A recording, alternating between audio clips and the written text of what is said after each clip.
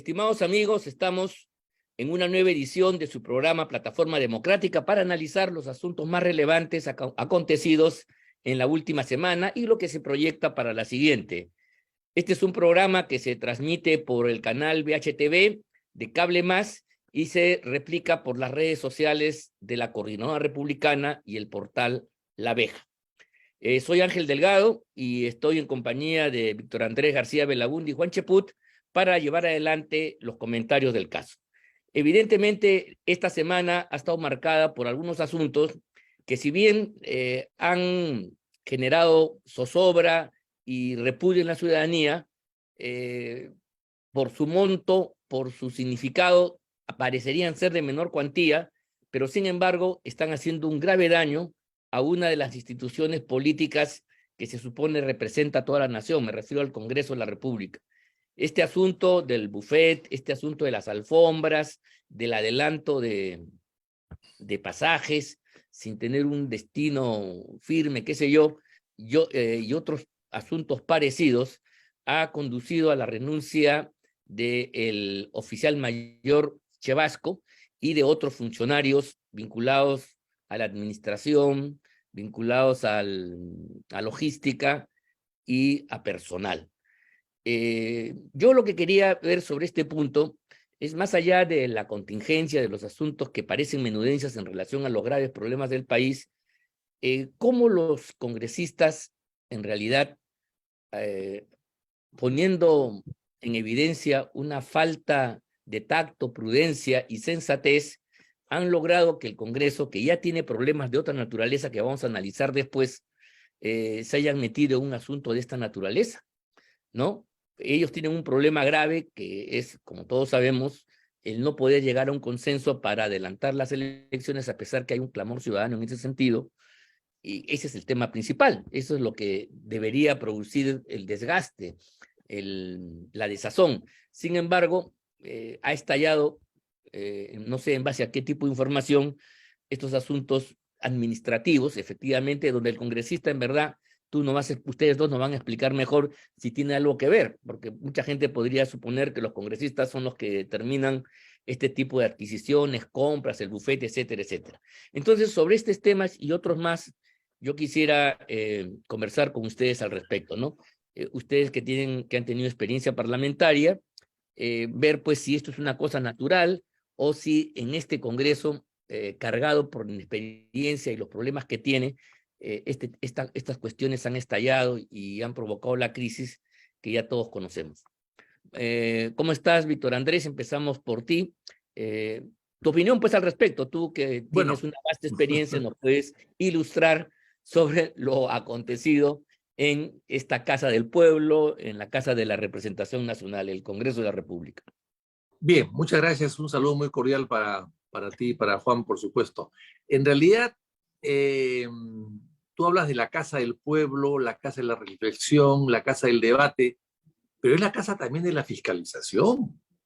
Entonces, si es la casa de la fiscalización, tú no puedes dejar de fiscalizarte a ti mismo. O sea, tú empiezas por allí, te fiscalizas tú mismo primero. No es posible que el Congreso esté girando 305,000 soles a una agencia de viajes para que vayan haciendo caja a ellos y tú vas pidiendo pasajes de acuerdo a lo que no necesitas. Eso no se puede hacer. Rara la operación. Es una operación muy rara, muy extraña. Tú recurres pues a pichiruchis, tú debes recurrir a una gran agencia de viajes que hay en el Perú y ellos te dan pasajes al día que tú lo pides de manera instantánea, porque claro, los pasajes van subiendo conforme pasan los días, y después le pagas a los 30 días. Para eso hay crédito, para eso hay espalda financiera de la propia agencia y nadie sabe, nadie se puede imaginar que el Congreso no pague finalmente, siempre va a pagar, o algún retraso, pero siempre pagará. Entonces, me parece absurdo todo eso. Y absurdo también el tema del menú. Cuando un país tiene problemas de hambruna en este momento, con una pobreza que ha aumentado y con unos costos de alimentos que se han ido a las nubes, el pollo, por ejemplo, está en las nubes. Entonces, con todo eso, no es mucho el presupuesto del Congreso, es cierto, en en el presupuesto general de la República. No es mucho, pero sí el mensaje que se manda a los electores es fatal. Es fatal, es muy grave que políticos elegidos por su pueblo, pueblos necesitados de muchas cosas, estén ellos desprestigiando su función, asumiendo ellos una serie de boatos y protocolos y granjerías que su pueblo no está dispuesto a aceptar. Su pueblo no los ha elegido para eso. Su pueblo no te ha elegido a ti para que tú pases de un menú de 15 soles a de 80. Para eso no te ha elegido tu pueblo. Y eso es algo que no entienden ellos, lo cual me parece sumamente extraño. Y finalmente el tema de las alfombras. 1.600 metros, no pues, eso es alfombrar prácticamente la Plaza Bolívar. Los hemiciclos tienen pues 300 metros, 400 metros, es todo lo que tienen. Y en todo caso, como hablamos antes de decir, las alfombras se gastan en los pasillos o en las escaleras, pero no se gastan debajo de los curules. Pueden durar 20, 30, 40 años. Hay alfombras que duran 50 años. O sea, realmente, y comprarle un pichiruchi cuyo capital social creo que es 1.000 soles o 2.000 soles, entregarle 300 y pico mil soles. O sea, no puedes, o sea, ¿dónde está el criterio y la investigación y la fiscalización? ¿Cómo le compras a un pichiruche que tiene un capital social mínimo y le entregas 300 y pico mil soles y que vive y que su dirección es una pollería? No puedes, o sea, yo creo que hay una mala fe y una corrupción lamentablemente dentro del propio Congreso. Por eso que nosotros decíamos que hay que hacer una diferenciación, Ángel, Juan, Sí. y eso me va a entender. Por ejemplo, que hay una diferenciación que existe en los medios de comunicación, por ejemplo. Una cosa es el director periodístico y otra cosa es el director administrativo, el gerente general. O sea, el Perú necesita, su Congreso necesita diferenciarse entre la parte parlamentaria propiamente dicho, que no maneja fondos, y el gerente general que tiene que responder ante la Contraloría y que maneja fondos. Bueno, en el Congreso están confundidas las funciones. Y por eso es que un abogado experto en derecho constitucional está decidiendo la compra de alfombras. ¿Qué sabe él? Que no sabe nada. O sea, yo creo que Sebasco ha sido sacrificado, es cierto, políticamente sacrificado, es responsable político de lo que está pasando, pero estoy seguro que la trafa está debajo de él, en el director de administración, que ha sido puesto directamente por Williams, no por Sebasco. Es un coronel retirado del ejército puesto por él. ¿Y qué hace un coronel administrando el Congreso? Eso solamente sucedía cuando el Congreso se cerraba. En época de Velasco se cerró el Congreso y había un coronel que manejaba el Congreso durante los años que estuvo cerrado. Y eso también pasó con Fujimori. Pero en este momento me parece que es absurdo que un coronel maneje pues las compras del Congreso. ¿Qué sabe el coronel de papel, de impresoras, de leyes, de diario de debates, de la biblioteca, de los curules, de las alfombras en este caso, o de los bufés? O sea, yo creo que ahí hay que hacer una total reingeniería en el Congreso. Yo te cuento una anécdota para terminar. Cuando yo era congresista con Juan, tuve un vidrio roto en mi oficina, pequeño, y pedí que me lo cambien. Era invierno, había frío, si fuese verano no me hubiese importado. Y entonces entraba mucho frío, yo me moría de frío, dije, no, bueno, si no lo pone el Congreso, lo pongo yo. Entonces llamé a 3 vidrerías de la zona, Vidrería Junín, Ayacucho y otra más, y pedí 3 presupuestos, como lo haría cualquiera persona que quiere comprar algo bueno y barato, ¿no? Bueno y barato. Bueno, un presupuesto era 50 soles, otro 60 soles, y otro era casi 300 soles. Entonces llamé a los 300 soles y dije, oiga, señor, ¿qué le pasó a usted? ¿Por qué usted cobra tanto por lo mismo? Fíjese usted los otros presupuestos que tengo a la mano. Ay, discúlpeme usted, congresista, no sabía que usted lo iba a pagar. No sabía que usted lo iba a pagar. No sabía, yo pensé que se lo cobraba al Congreso. No, pues. O sea, eso es la mejor prueba que yo tuve en su momento, y lo dije y lo expresé y lo informé, de que hay corrupción en la parte administrativa del Congreso. Y eso hasta ahora está allí.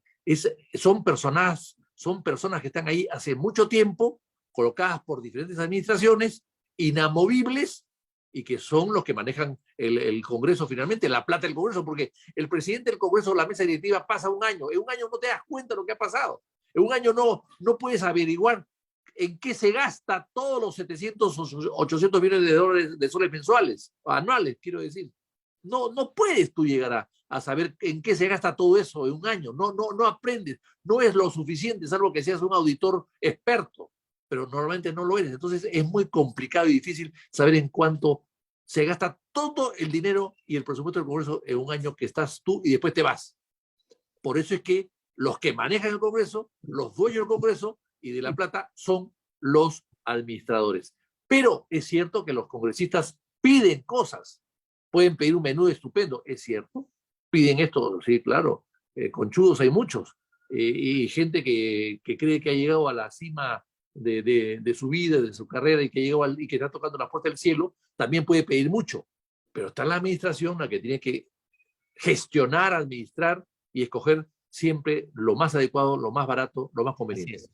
Así es. Muy bien, Juan, sobre el punto también, tu opinión, y me gustaría que incorpores el tema de esta demanda pendiente de adelantar elecciones que el Congreso, por distintas razones que vamos a analizar, no está cumpliendo. O sea, que creo que esto es una especie que llueve adicionalmente sobre terreno mojado. Tu opinión al respecto, y sobre todo me gustaría que lo vincules al incumplimiento del Consejo de atender la voluntad popular de adelantar el programa electoral. Gracias, Ángel. Muy buenas tardes, tanto a ti como para Vitocho. Quisiera empezar señalando de que coincido plenamente con lo planteado por Víctor Andrés. Él es una persona con amplia experiencia parlamentaria y en ese sentido sabe de lo que habla. Yo creo que no solamente es la amistad lo que nos une a nosotros, sino los principios. Acá hay una cuestión de fondo que es corrupción. Y para mí no está exento, en ese sentido, la actual mesa directiva en lo que se refiere a su responsabilidad. Es esta mesa la que lidera el señor Williams, la que cambió las facultades del director general de administración hace 3 meses. Y yo estoy seguro que cuando lo cambió hace 3 meses es porque sabía que iba a llegar el señor Pablo Noriega, este coronel del ejército, al puesto que hoy ocupa. Y dicho sea de paso, él permanece en su cargo. Los gastos que hay son realmente exagerados y demuestran, pues, de que ha habido allí indiscutiblemente una situación que merece ser investigada. Pero lo que a mí más me apena es que por primera vez veo, al menos en este siglo, yo estoy ligado al Congreso directo e indirectamente desde el año 1998, primera vez que veo que los que tienen que dar la cara son funcionarios administrativos y no el presidente del Congreso. Yo he tenido la oportunidad de ver a Carlos Ferrero salir al frente, a Antero Flores Arauz salir al frente, a Javier Velázquez salir al frente, ¿no? Por mencionar de 2 periodos distintos. Últimamente, a Luz Salgado cuando fue el tema de los televisores y a Luis Galarreta cuando fue un tema vinculado también al menú, pero nunca al personal administrativo. Y luego veo la renuncia de José Chevasco y veo una mención a su antecesor, una persona que puso Mari Carmen Alba y que yo conozco desde que teníamos 30 años, que es Juan Carlos Paz, una persona honesta, correcta, que salió para que entrara Noriega, así de simple, lo sacaron sin ningún tipo de justificación para que entrara Noriega y ahora sucede esto. Pero a mí me sorprende que los periodistas no indaguen. Y cuando el presidente del Congreso dice, yo no tengo nada que ver, basta con leer el reglamento. El artículo 32 del reglamento del Congreso, que se titula Presidencia del Congreso, dice en su inciso E, someter a consideración del Pleno del Congreso los proyectos de presupuesto, etcétera, etcétera, y los procesos de licitación y adquisición de bienes y servicios por cuenta de los recursos presupuestales asignados al Congreso. Eso, es decir, él tiene que decirle al Pleno o al Consejo Directivo qué es lo que está pasando. Y luego el inciso H, supervisar el funcionamiento de los órganos parlamentarios y del servicio parlamentario, así como disponer lo necesario para la correcta administración de los recursos económicos, físicos y humanos al servicio del Congreso. Es decir, este señor sabe todo lo que pasa allí. y que no venga a lavarse las manos. Y yo coincido. Y mira, una persona de Acción Popular, no lo menciono públicamente, pero me dijo a mí, es imposible que un militar sea presidente del Congreso. Bueno, ahora lo es. Y yo creo que la principal afrenta a la historia del Perú político, no del Perú republicano, del Perú político, es que en su bicentenario el Congreso de la República tenga como presidente un militar. Yo la verdad nunca entendí esa falta de tino de los actuales parlamentarios. Ella no solamente es inexperiencia, sino desconocimiento total de la historia y del impacto de sus decisiones en lo que se refiere el devenir republicano. Eso es lo que tenemos ahora, lamentablemente. Y entonces, enlazo con lo que tú... Juan, ¿cuál es el artículo que tú has citado del reglamento? 32. Ya. Inciso G y H. Sí, pues. E y H. E y H. Está en el reglamento que el presidente... Entonces que no Sí, venga la... el presidente está por encima del oficial mayor, lo pone. No, es que la gente no sabe. ¿Tú crees que el oficial mueve un dedo si no va primero y dice, señor presidente, estamos haciendo esto? La mesa directiva toma... La mesa directiva. Entonces que no vengan a lavarse las manos estos individuos. No es así pues, tampoco, claro. Y a poner a gente así a la cabeza sobre la guillotina, ¿no? Entonces, este Congreso que pretende timarnos a todos, este Congreso, es el que no está haciendo una lectura adecuada de la realidad. Es un Congreso que lamentablemente no entiende lo que significa la presión, que no, como no tienen experiencia política, ni siquiera entienden que la violencia es gran amiga del tiempo, o mejor dicho, el tiempo es gran amigo de la violencia. La violencia históricamente madura si le das tiempo. Sucedió con Sendero Luminoso, sucedió con todo, ¿no? Y ahora lo que estamos viendo con estos señores, conforme pasa el tiempo, es haciendo que Puno cada vez se aísle más. Ellos dicen el problema es en Puno, antes decían el problema es en Ayacucho. Ahora tenemos que se vienen marchas de Puno, de Apurímac, de Madre de Dios, del Cusco, de Cajamarca, y van a venir con fuerza. Viene la huelga de los profesores, viene la huelga de las enfermeras, un Congreso que tiene 6%, y si le aplicamos el margen de error tiene 3%, ¿no? Y un gobierno que no entiende tampoco la situación, pues yo creo que deben empezar seriamente a hablar del adelanto de elecciones. Y lo que ha dicho Brian Nichols no se tiene que interpretar como una simple declaración y una corrección al día siguiente, sino ya se dijo. Y el impacto internacional es la situación de la democracia en el Perú, es para observarla. Y eso paraliza las inversiones. Porque lo ha dicho el subsecretario de Estado de los Estados Unidos de Norteamérica. Para América Latina. Entonces nadie va a invertir ni un sol mientras sucede esta situación de inestabilidad. Para ser políticamente correctos, la embajadora puede haber corregido el texto, pero ya lo dijo Brian Nichols, y los que conocen de la diplomacia, y esto una vez lo hablaba con Domingo, que yo sé que no es diplomático, pero es constitucionalista, hermano de Vitocho, Domingo, y bueno, Vitocho sabe bastante de diplomacia, y obviamente Joselo, me decía, estos señores son tan profesionales, y lo hablamos a raíz del tema de la Haya, ¿no? Que ellos cuando hablan no es porque se inspiraron, ellos salen con un texto preparado por asesores de primer nivel.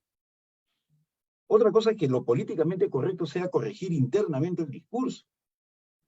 Pero lo que ha dicho un subsecretario de Estado, que es un personaje profesional, no es un funcionario político nombrado por Pedro Castillo, ¿no? Como Bruno Pacheco, esos, que te querían ponerlo de embajador en Panamá, creo, ¿no? Si no es un profesional de carrera, cuando da declaraciones es porque hay una sincera preocupación.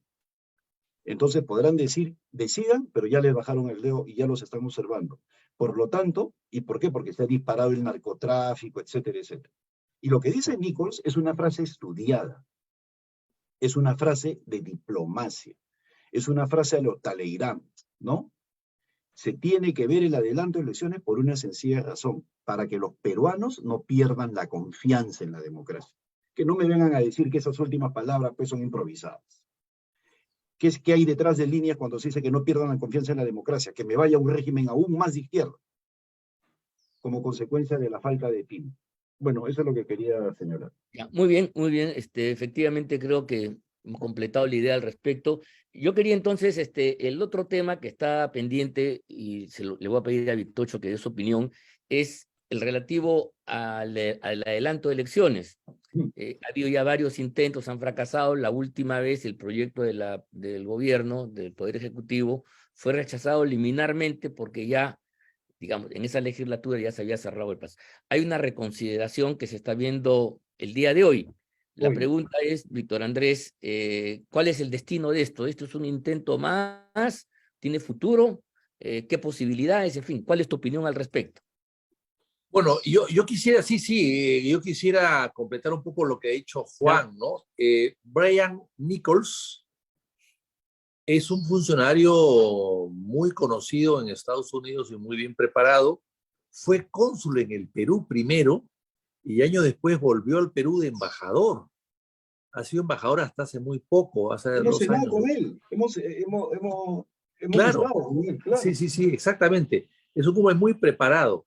Y él ha dicho lo siguiente, un Twitter, ¿no? Que corrigió, precisó unas declaraciones que él hizo en una universidad, que fueron unas declaraciones, digamos, no programadas, digamos. Pero cuando ya han programado, cuando ya han sacado un Twitter de él, es porque ha verificado y ha consultado con la embajada en Lima y con la gente de allá que maneja América Latina, ¿no?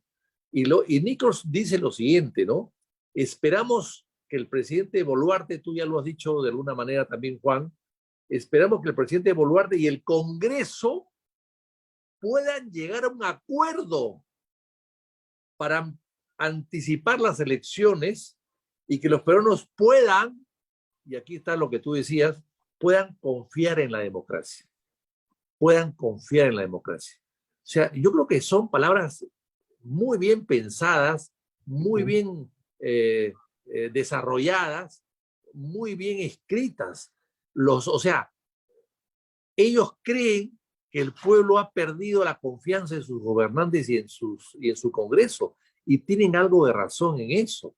Las protestas y las opiniones y las encuestas así lo dicen. No solamente los violentistas lo dicen, también el resto de gente que ha salido a protestar sin violencia y que sin protestar opinan igual. Entonces yo creo que allí hay algo que han dicho los americanos, que apoyaron el golpe de Estado, mejor dicho, que apoyaron mejor dicho, que condenaron el golpe de Pedro Castillo y que han respaldado la frágil o híbrida, como dicen otros, democracia peruana. Entonces, yo creo que con todo eso y otras noticias más que han salido por allí, algo otras interpretaciones erróneas, evidentemente, lo que está pasando en el Perú, como ya lo hemos visto en algunos países vecinos, pero en todo caso, hay esa sensación de que la confianza en la democracia se recupera consultándole al pueblo, que es llamando a elecciones. Y parecería que los comunistas no quieren eso.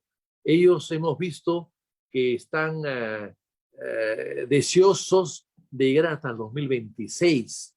No quieren irse antes, muchos de ellos, no quieren irse antes. Están felices siendo congresistas y saben que probablemente nunca más lo serán. Y quieren aprovechar estos 5 años como si fuesen los años de toda su vida, los años felices de todo y de bienestar de toda su vida, y no van a dejar. Yo veo difícil, muy difícil que aprueben la adelanto de elecciones, y tendrán que hacerlo, si lo hacen más adelante, guiados o aceptando o como reflejo de la calle, de la protesta de la calle. Me parece peligroso. Y además hay una cosa que ya lo hemos dicho, creo, aquí antes, en el sentido de que la Boluarte juró hasta el 2026, después cambió, pero ahora acepta quedarse hasta el 2026. No tan de regañaganas, sino lo va a hacer de buena gana. Y entonces, esta próloga de un gobierno transitorio que es la continuación finalmente, o el mismo partido de Perú Libre, lo que hace fortalecer a Perú Libre después. No a Perú Libre exactamente, sino fortalecer a la izquierda. Y eso pasó en Bolivia. La Yáñez cometió el error de esperar demasiado para unas nuevas elecciones, inclusive pretendió ella ser candidata, y al final el candidato que había ganado, que produjo la huida de Evo Morales, Carlos Mesa, perdió. O sea, Mesa había ganado por un pelo. como ganó Kuczynski por un pelo. Pero luego, cuando Yáñez se demora en convocar elecciones y las convoca después de más de 2 años, bueno, pues era de mucho tiempo y Carlos Mesa salió allí muy distanciado de quien había recuperado la popularidad que era el partido de Evo Morales. Sí. Entonces, eso va a pasar en el Perú. Eso puede pasar en el Perú. O sea, la prórroga de la señora Boluarte lo que va a hacer es que la izquierda se recupere, no necesariamente Bellido ni Castillo directamente, pero sí la izquierda se recupere y después salga uno de ellos presidente en el 2026. A ver, sobre lo mismo, Juan, sobre la nueva convocatoria, la reconsideración, las posibilidades, ¿cuál es el horizonte que viene en torno a la responsabilidad que tiene el Congreso en esta crisis? Y por supuesto el gobierno también. Sí, yo quisiera complementar lo que acaba de decir Vitocho, ¿no? Yo estoy de acuerdo con el espejo boliviano, y en el caso de Dina Boluarte, ella está cometiendo un error sobre la base de que ya le etiquetaron como de derecha.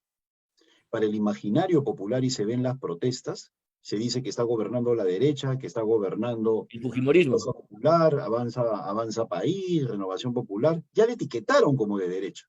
Y ella está haciendo todos los esfuerzos por continuar con esa bancada. Por lo tanto, el recambio lógico va a ser con la izquierda.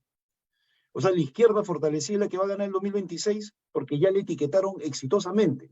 Y la mediocridad política de estos 3 partidos mencionados es incapaz de hacer el desmarque porque se están beneficiando del gobierno. O sea, el daño que le están haciendo al país es impresionante. Sí, pues. Y no se dan cuenta tampoco los empresarios, todos esos que salen a decir que se queden hasta el 2026, no se dan cuenta. Para el imaginario popular, porque estos señores sí saben manejar la retórica, sí saben hacer activismo, sí, mientras los de Avanza País están tomándose selfies mientras cocinan, ¿no? Mientras caminan por los pasos perdidos, los otros están metidos en el campo, sí están diciendo este gobierno de derecha usurpador. Y eso está quedando en el cerebro. Eso lo van a repetir. Es verdad, ¿no? eso. Entonces, el recambio es ¿cuál? Con la izquierda, porque está gobernando la derecha. Así de simple.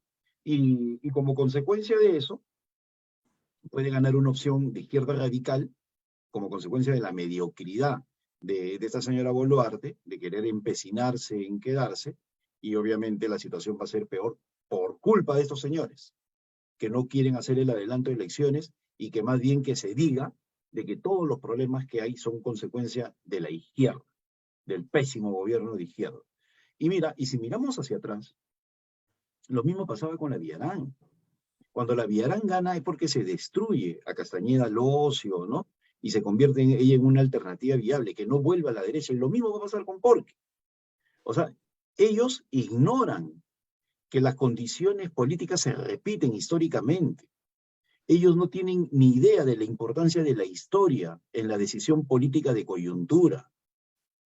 Ya en este libro, Discurso para la década de Tito Livio, de Maquiavelo, él dice, es fácil explicar lo que va a acontecer en Roma, porque todo lo que ya podría haber pasado, ha pasado en los 1000 años de historia que tenemos, ¿no? Eso es lo que dice Maquiavelo, o sea, es fácil explicar lo que pasa porque ya todo pasó.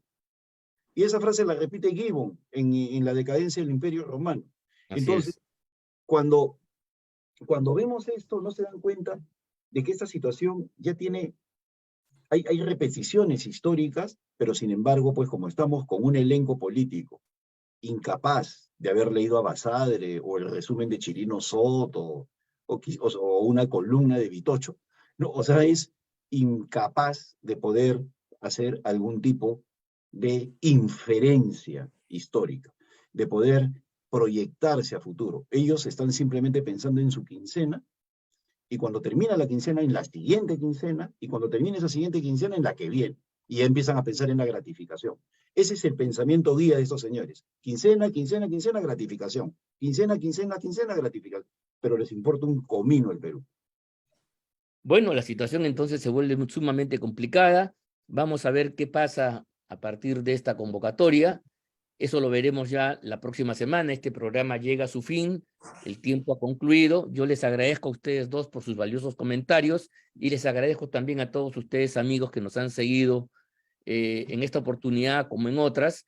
y nos comprometemos pues estar la siguiente semana con el análisis ocurrido en la semana que va a entrar. Muchas gracias a todos ustedes. Nos vemos la siguiente semana. Hasta la próxima.